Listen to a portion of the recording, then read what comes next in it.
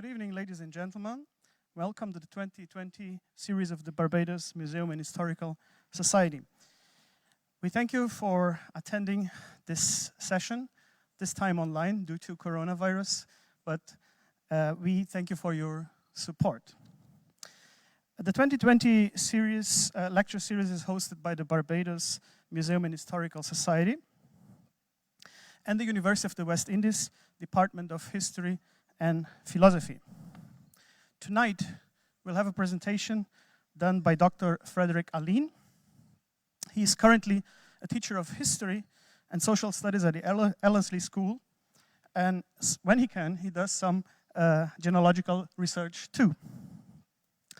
He has published articles with Dr. Rocha about Barbadian migration to Brazil in the Journal of the Barbados Museum in 2012, and also in an electronic journal in Portuguese at the University of the State of Rio de Janeiro in Brazil.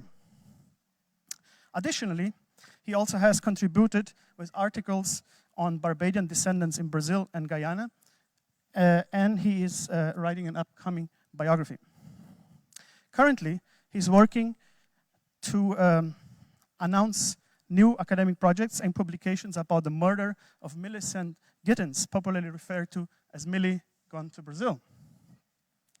Tonight, Dr. Alleyne will talk, in his lecture, he will seek to highlight the Barbadian connection to Brazil from the late 19th century to the middle of the 20th century. Particular emphasis will be placed on the Barbadian contribution to the building of the Madeira Museum Railway from 1907 to 1912, and as workers in Belem in other areas of Brazil. Barbadians and their descendants as settlers in Brazil, assimilation, rejection, contributions to Brazil, and cultural retentions. The Barbadianos, the Barbadians today and beyond. So welcome, Dr. Alleyne. Thank you.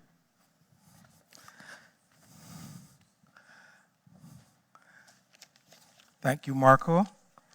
Good evening to all of you out there. It's a little different, and I understand why you're not here, so I thank you for being here with us this evening. Thank the museum for hosting this event, and of course, allowing myself this opportunity to speak to you today. Thank you. The Barbadian connection to Brazil is a long one, and as most of us know, the Barbadian connection to Brazil started mainly back in the 1600s when Jews came from Brazil to Barbados. They were expelled from northern Brazil, and they were very instrumental in the development of the Barbadian sugar industry. But of course, we have the lasting legacy of that presence in the Jewish synagogue in Bridgetown. But to the meat of our topic this evening, we'll look at that connection going in the other direction, how Barbadians managed to be in Brazil, and what was their contribution in Brazil. Barbadians, from the research that I've seen so far, Barbadians were in Brazil from the late 19th century. And we know that from newspaper ads and other documents that the Barbadians there, somehow they got there through the British connection. And during that time, they were working for British employers in Brazil.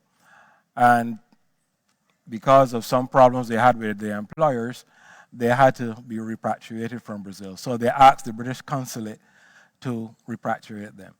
So they have that long presence in Brazil. In fact, this was at a time when Brazil had just ended its own enslavement of its black population around 1897.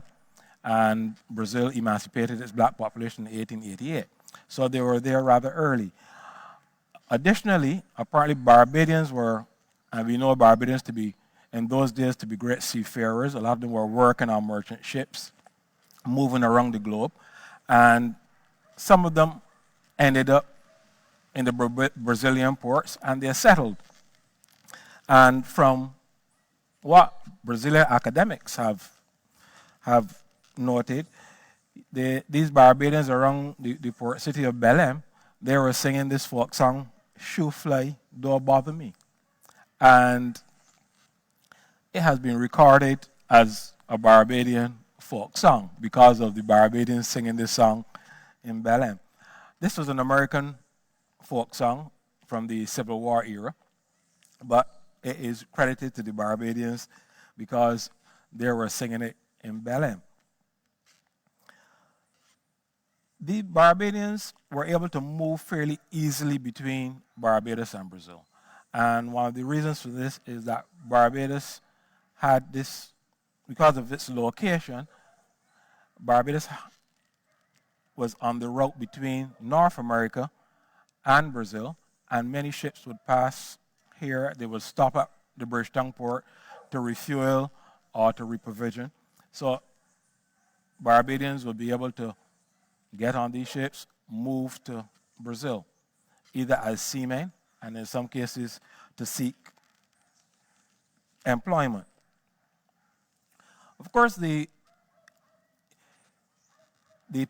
main connection between Barbados and Brazil began in the early 20th century when Barbadians started to move to Brazil in seek of work. This was a time when Barbadians were moving all over the place, to Panama, to Brazil, to Guyana, other parts of the Caribbean. Some were even moving in the period before back to Africa. But importantly, the move to Brazil came about because Barbadians needed work. For the period, the late 19th century to the early 20th century, there was significant suffering in Barbados. High levels of poverty, the health situation was bad, housing was bad, and people needed an outlet to be able to earn something for them and their families. And the Panama Canal came along very early in the century. The construction of the canal came along. And very soon after was also the Madeira Railway. And like the sugarcane boom in the Caribbean, Brazil had its rubber boom. This was the time when Brazil was producing significant amounts of natural rubber, and this rubber was being used all over the world. So in order to export this rubber, the Madeira Railway was built. The reasons for building it was that Brazil and Bolivia, they had a dispute over a region in the far west of Brazil, along the border between Brazil and Colombia, by the name of Acre. This area was seized by Brazil, and in return, Brazil agreed to build a railway system that would allow Bolivia to export its rubber. The area of the Madeira River, they have significant rapids. So the railway system stretches from the Bolivian border around these rapids to the more navigable portions of the Madeira River. And they needed a workforce to assist in building of the railway. Persons came from all parts of the world to work on the railway. Like the Panama Canal, the Madeira Railway, it had more than one attempt to build the railway. So the Barbadians basically were there this is about the third attempt, and Barbadians had some idea about what was happening in Brazil. On the second attempt to construct the railway, the ship that was taking persons, laborers, and supplies from the United States passed through Barbados. And they spent a day here. The crew got off and they had a grand time in Bridgetown. And then they moved on to Brazil. Another ship came 5 months later, and again they spent some time in Barbados and moved on.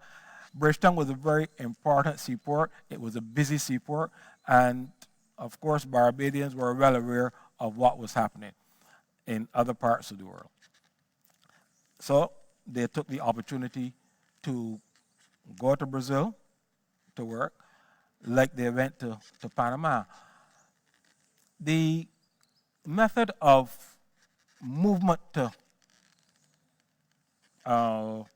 Brazil was similar to the general migratory movements, and the methods were used in most of the migratory movements of Barbadians during the late 19th century, early 20th century.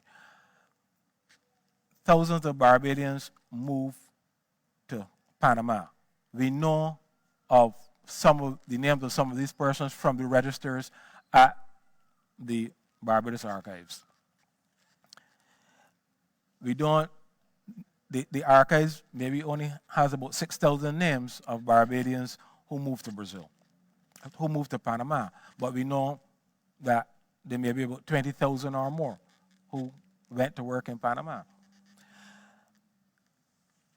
In maybe some persons say maybe 40. We do not know, because some of those persons left on their own. They did not register to go to Panama. Very much of the same thing happened for the migration to Brazil. And one of the reasons that has been proffered is that in those days Barbadians had to give a reason for migrating. And if they wanted to use the official means. And of course, to go to the authorities in those days and explain that you wanted to go overseas, and then as the law stated at the time that you had to give a guarantee that your family wouldn't be dependent upon the government, most could not, because poverty was extremely high. People were unemployed. A lot of them needed to get out of the country to help their families. So many of them decided that they would go on their own, and therefore, our registers do not give a full account of the persons who would have gone to many of these destinations. Guyana, the same thing. But they went, and research also indicates that in addition to those persons who went and used the registered agents, we know of ship's captains who are moving through the Caribbean and taking people illegally. So there was this constant flow. In addition, as the earlier, show with the earlier slide, in the newspapers at the time, you got a good idea of the opportunities for moving to Brazil. There were all these steamships moving through Bridgetown. So it was very easy to get to Brazil. Additionally, Barbados there was the whole, I call it a whole network of happenings within the country that allowed for the movement of information to allow people to know about what was happening. And just like what was happening in Panama, you had these concerns about people going to Brazil. Although I do believe that many of the concerns of the authorities at the time were more about keeping the laborers at home and maintaining the low wage rate that occurred in Barbados at the time, because Barbados at that time had about the lowest daily wage rate in the Caribbean. So Barbadians clearly could not be kept at home under those conditions. Now, one of the other reasons that we don't see a lot of people in the registers, I have only found 83 people mentioned in the registers at the Barbados archives. Only 25 of those persons were Barbadians. The other persons came from the other islands, came to Bridgetown, registered with the agent to go to Brazil. So, but persons like late historian, Barbadian historian Alexander Hoyos suggests that about 20,000 Barbadians made the trek to Brazil to work on the railway system. That, of course, does not correlate with what I found. But in doing the research, what I was able to do was to look at the amount of mail that was being generated between Barbados and Brazil. And during the period when the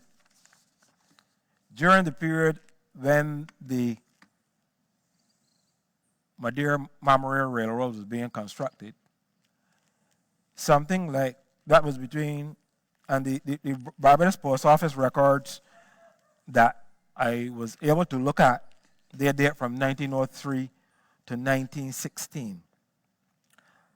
But the period of the railway construction was from 1907 to 12. And we see in those records something like 145,375 pieces of mail going to Brazil. Now, clearly 25 persons from Barbados could not generate 145,000 pieces of mail in that period of time. And at the same time, we had 63,000 pieces coming back to Barbados. So clearly, a significant number of persons were in Brazil working on the railway. Brazilian academics looking at the records of the railway hospital and the company's records, they estimate a third of the 20,000 people who worked on the railway were West Indians. So therefore, we know a significant number of the persons who were working on the railway site were Barbadians. But we do not have the names to go with in the records. And as I said before, most of the persons who were going to Brazil were leaving on their own. They did not take the chance of telling the authorities where they were going.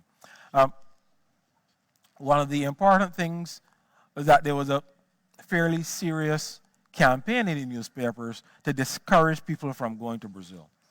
And one report in the Agricultural Reporter in 1910 simply, it says, being sold into bondage. And it spoke about all of the difficulties that these people would have, how many people were dying while they were building the railway. But this was nothing different than what was happening in Panama.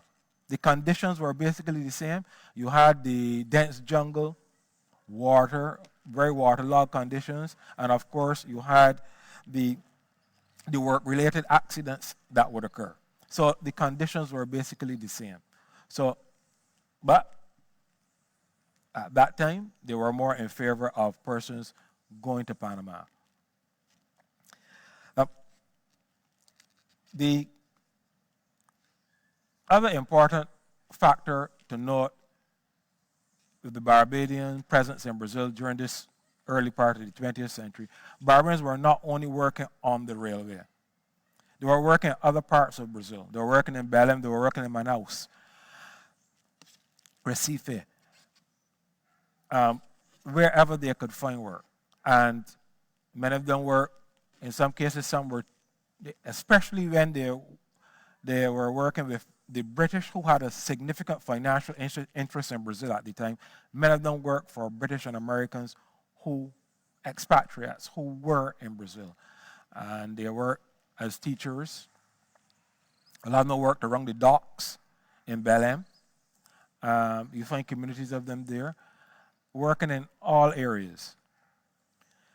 See, they had a presence in many places wherever they could find work. But Brazil was also going through a period of reconstruction, and especially in Belem. So there was ample work for them in Belem.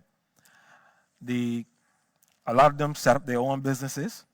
There's a story of the Moloney Family, and in Belem, they had their own, what we call in Brazil, fish fry business.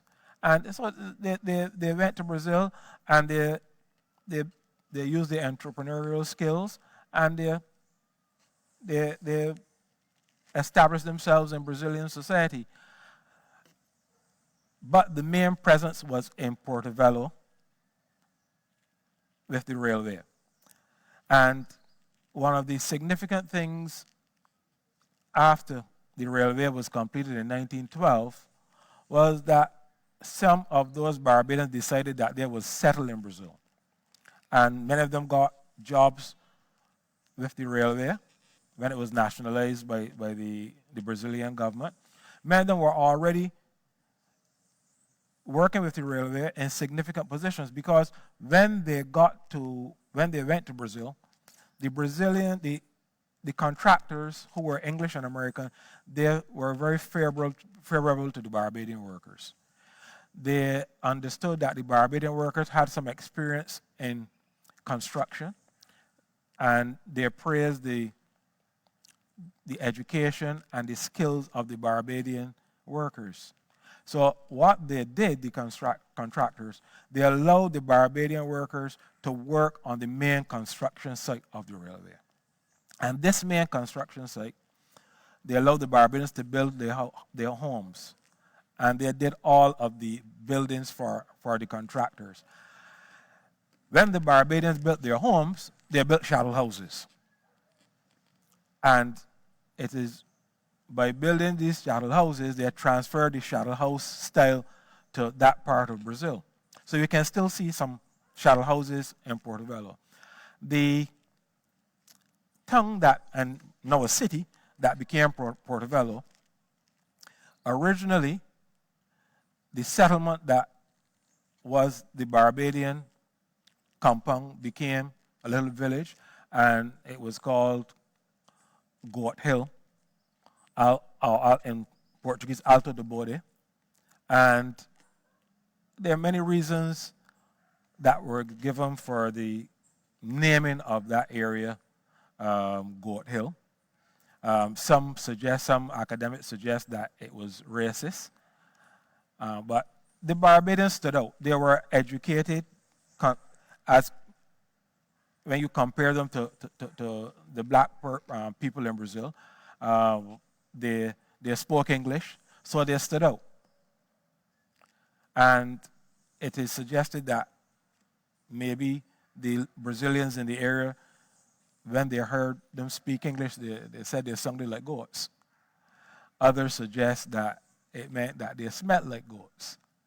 But we can also look at it within the context of Brazilian society, where we know that black Brazilians are at the bottom of the totem pole in Brazilian society. So, but descendants of the Barbadians themselves, they have said that they considered it to be racist. The tongue that developed became Portobello. That tongue was also called Barbados tongue. And when I first started this research and I Googled Portobello, you would see Barbados tongue also appear on the screen as one of the names of Portobello. But this came about because of the number of Barbadians who were among the West Indian group who were there. And there were Grenadians, Trinidadians, Jamaicans, but the Barbadians were a dominant group. And as such, today you will, the community is called, they're called Barbadianos. Okay, all of them. But they established themselves, and eventually Barbados tongue became Portobello, and the Barbadians set up schools for their children and for other English speakers in the area. And these English schools were very, very important in the community, and it is how they continue to maintain their culture. Stories are told of the Barbadians continuing to have this allegiance to the British crown. They would have photographs of the king and queen in their homes. They would always listen to the BBC. So they try to maintain their Barbadian British culture. Of course, this all changed when the Brazilian government under Vargas, 1930s, 40s, decided that persons within the borders of Brazil had to speak Portuguese. They had to assimilate, and they had to become culturally Brazilian. So the English schools were closed. But for some Barbadians, they continued to speak English within their homes and to practice Barbadian customs.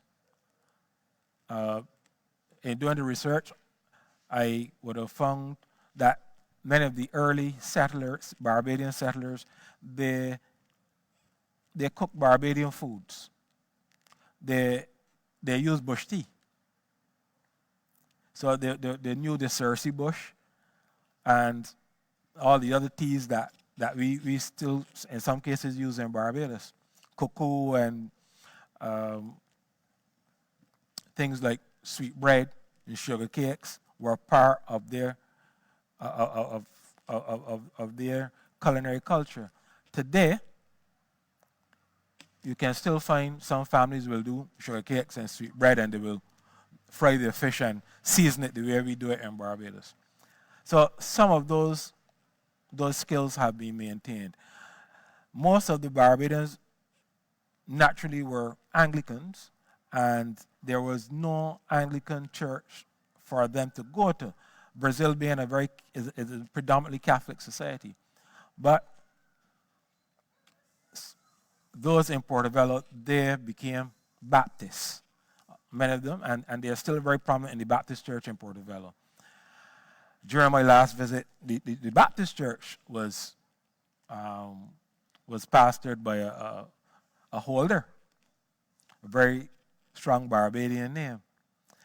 The Barbadians in Belem were a little more fortunate in that there was an Anglican church in Belem by about 1910, the St. Maria's Anglican Church.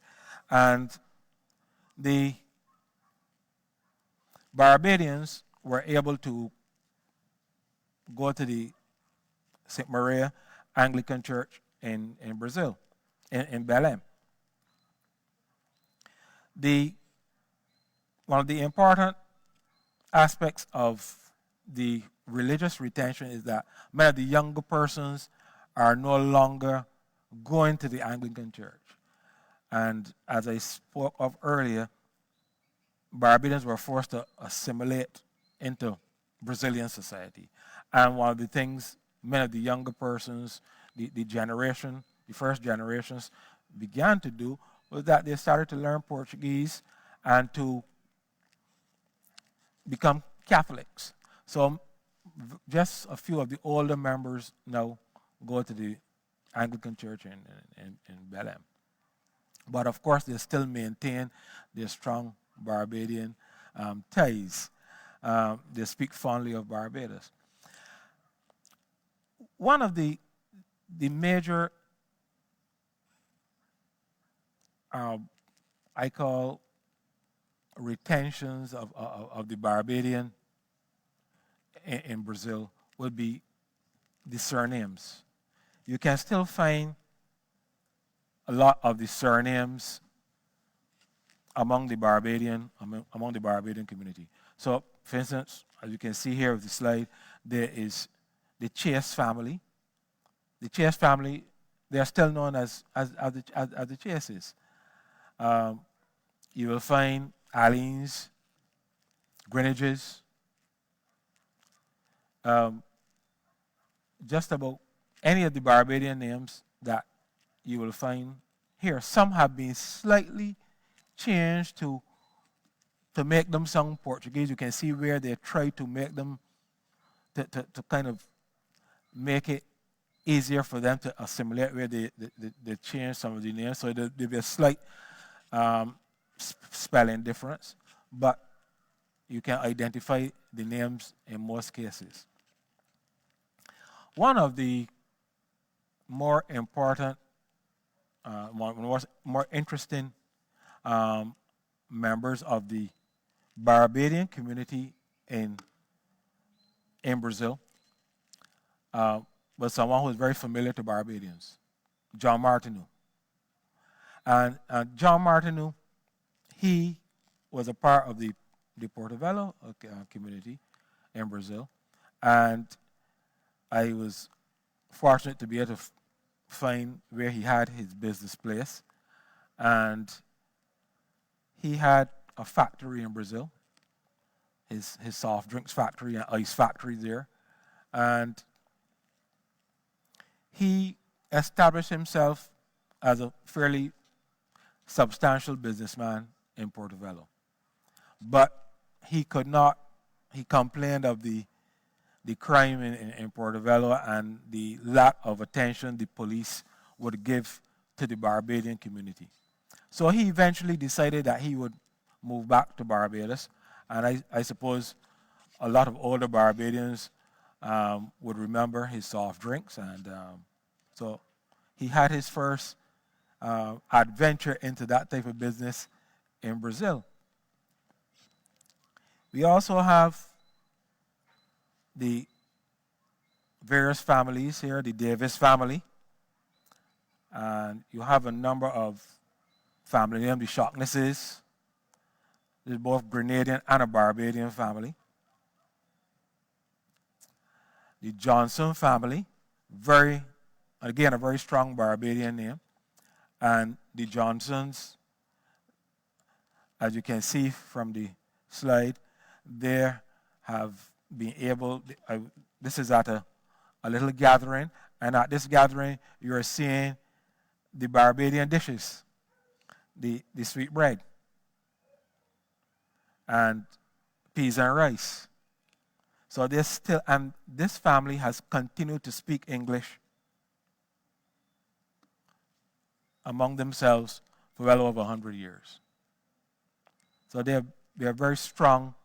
They have been very strong in maintaining their Barbadian connection. The Moloney de Pisa family, another important family in the Barbadian community in Brazil. The Moloney de Pisa family originally from Sutherland Hill, St. Lucie, and they have made a significant contribution in Portobello as teachers, along with the Johnsons. They are all into education in Portobello and very well respected. One of the things that the Barbadian community in Brazil has continued to maintain is the tradition of education. Education has continued to be very, very important. So even though they were forced to close their English schools, many of the Barbadians still, they did very well when they went into the normal Brazilian school system. And a significant number of them have gone on to university level. They're working in the legal profession. Some are, as I said, academics. You have urban planners. You have engineers. So the Barbadian community has continued that education tradition in Brazil. Even though at times it was difficult for them. as I mentioned earlier, one of the more important aspects of the Barbadian presence in Brazil has been the fact that the Shuttle House was transplanted to Brazil. And I'm just going to show you the slide of the Shuttle Houses. The Barbadians were able to show the Brazilians how to build shuttle houses. And this is Moloney de Pisa Ursula. And just before I show the shuttle houses, Miss de Pisa, she was able to take the Olympic flame when they had the Olympics in Brazil a few years ago. She was given the honor of taking the Olympic flame. This is Mr. James Martineau and the Martineau family. Eventually, he brought his daughters back to Barbados. But the shuttle houses were Professor Sidney Greenfield, a United States academic, American academic. He first mentioned the shuttle houses back in the 1970s, and the museum published an article about the shuttle houses, the Barbadian shuttle houses in Brazil. The Baptist Church in Portobello actually has a shuttle house of its own, and there's Mr. Holder. And this is a photograph of two shuttle houses. The one on the left is in Portobello. The one on the right is in Barbados. And you can see there's no difference at all. This is a shuttle house belonging to the Shockness family. And they still have this nice shuttle house in their backyard. This shuttle house is along what was once the old railway, Madeira railway line through Portobello. And to see the transition from Barbadian to Brazilian builders, this shuttle house is not Barbadian owned. This is owned by a Brazilian. This shuttle house, is many miles from Portobello. Marco may be able to tell me how far. This is right on the Bolivian border. This shuttle type house, and this is basically the end of the railway. And you only have to cross the river to get to Bolivia. So you had this very interesting transportation of the shuttle house style to Brazil. This is the old railway line as it passed through the town of Portobello. And after a few years, the rubber boom busted, so to speak, and the Madeira Railway came to a halt. And they have these abandoned railway train engines around Portobello.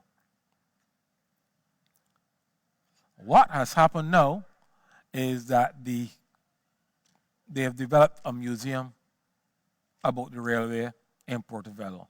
And wherever you travel in Portobello, you will see the motifs on the walls of the city in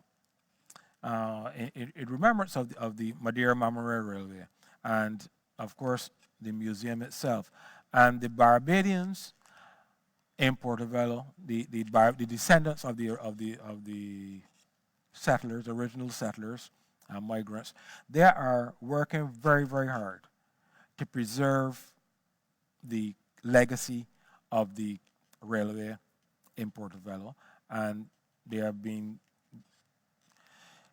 involved in many initiatives to make sure that the legacy of the Barbadian presence and the fantastic work that those Barbadian individuals did during that time is not forgotten. And they are working very hard at that. This is a slide of the St. Mary's Anglican Church today in Belem. And this is an old photograph of the Barbadian community at church in Belem. And this, not a very good photograph, but this is of some of the members of the church today. This is in 2012. And you have persons like the Whites.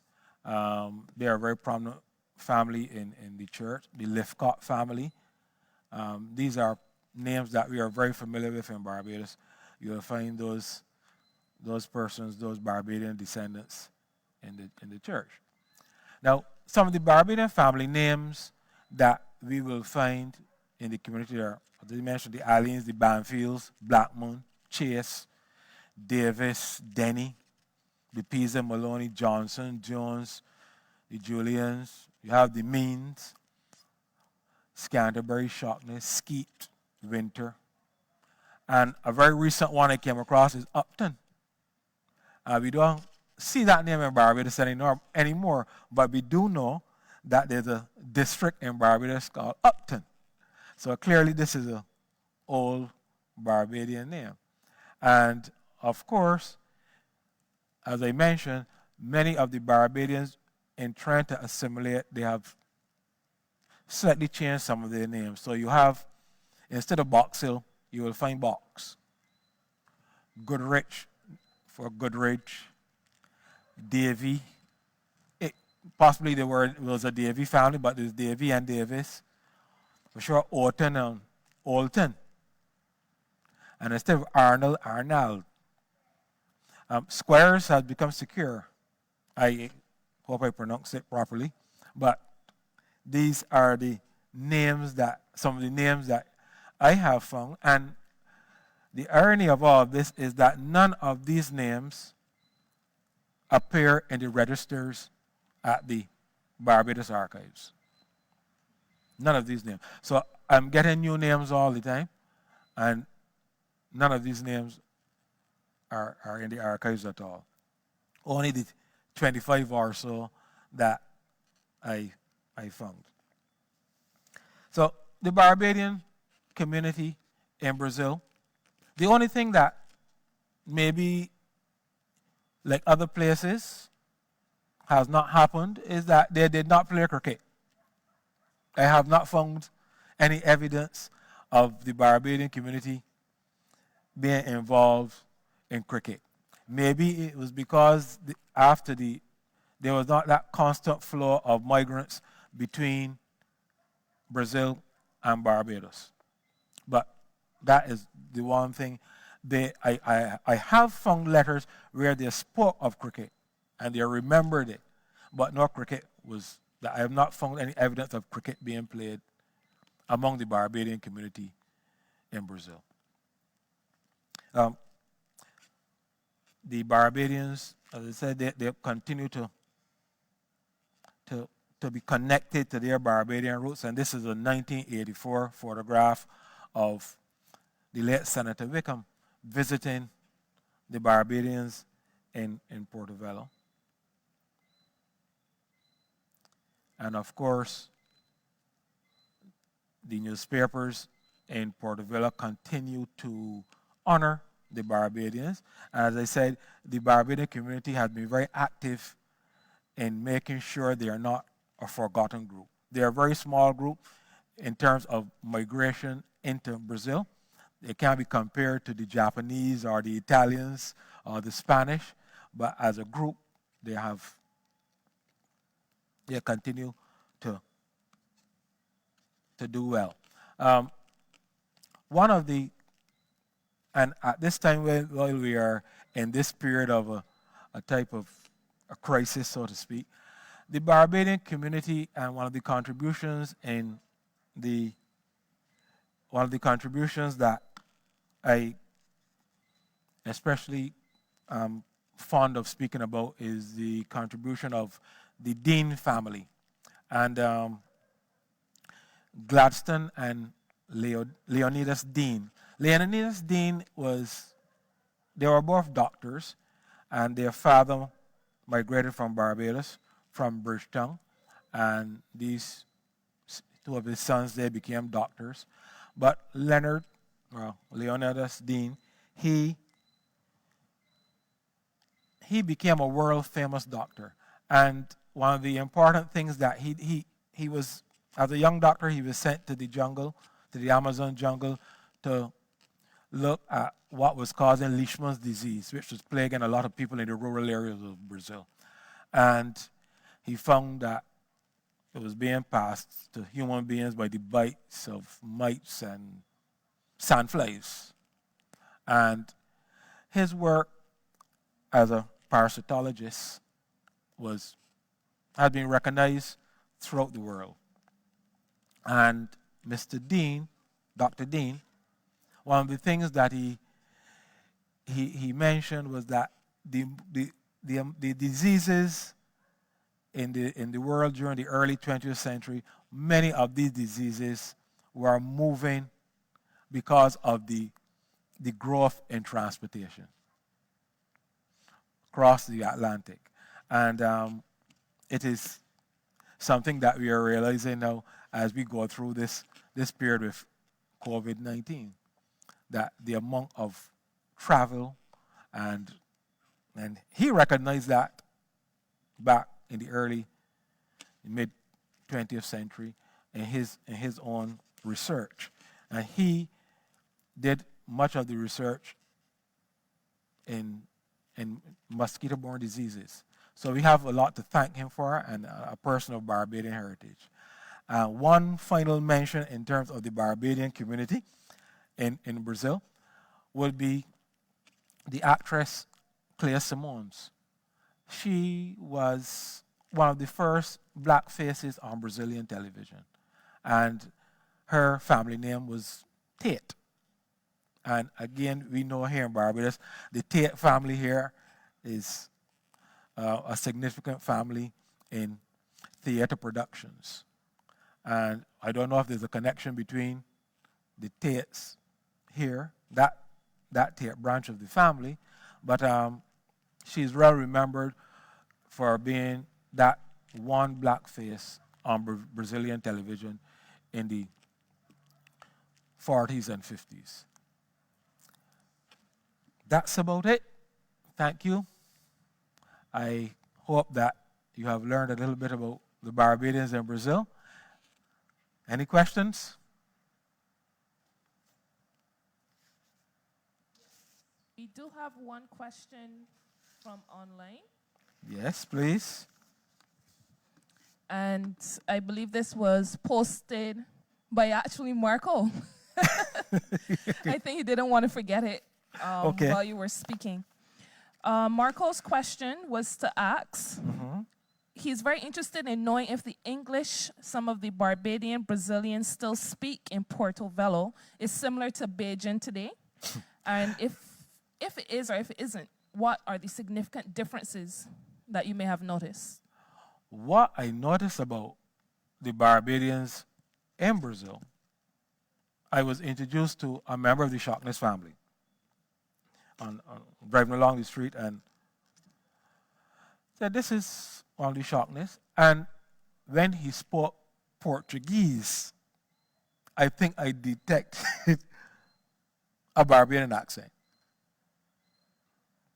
That is what I noticed. I noticed that the accent, even though the language was Portuguese, and that was the first instance, but then in meeting other members of the Barbadian community, I realized that there was this accent that seemed familiarly Barbadian. So I don't know if that is normal. What about their The English, the Johnsons spoke very good English, and some of the others, they knew a few English words, and the younger members of the family are making an effort to learn English. There are more and more of the younger members. For instance, the Scantlebury family, there are one member of that family, he speaks very, very good English. The Motley family, one person in that family, they know a little English. So more members of the Barbadian community, they are now beginning to learn English again, the younger members, because they see it as an important part of their heritage now. So they're making that effort to learn English. But for sure, the Johnson family, they have made it one of their missions, so to speak, too. They have all the members of the family speak English.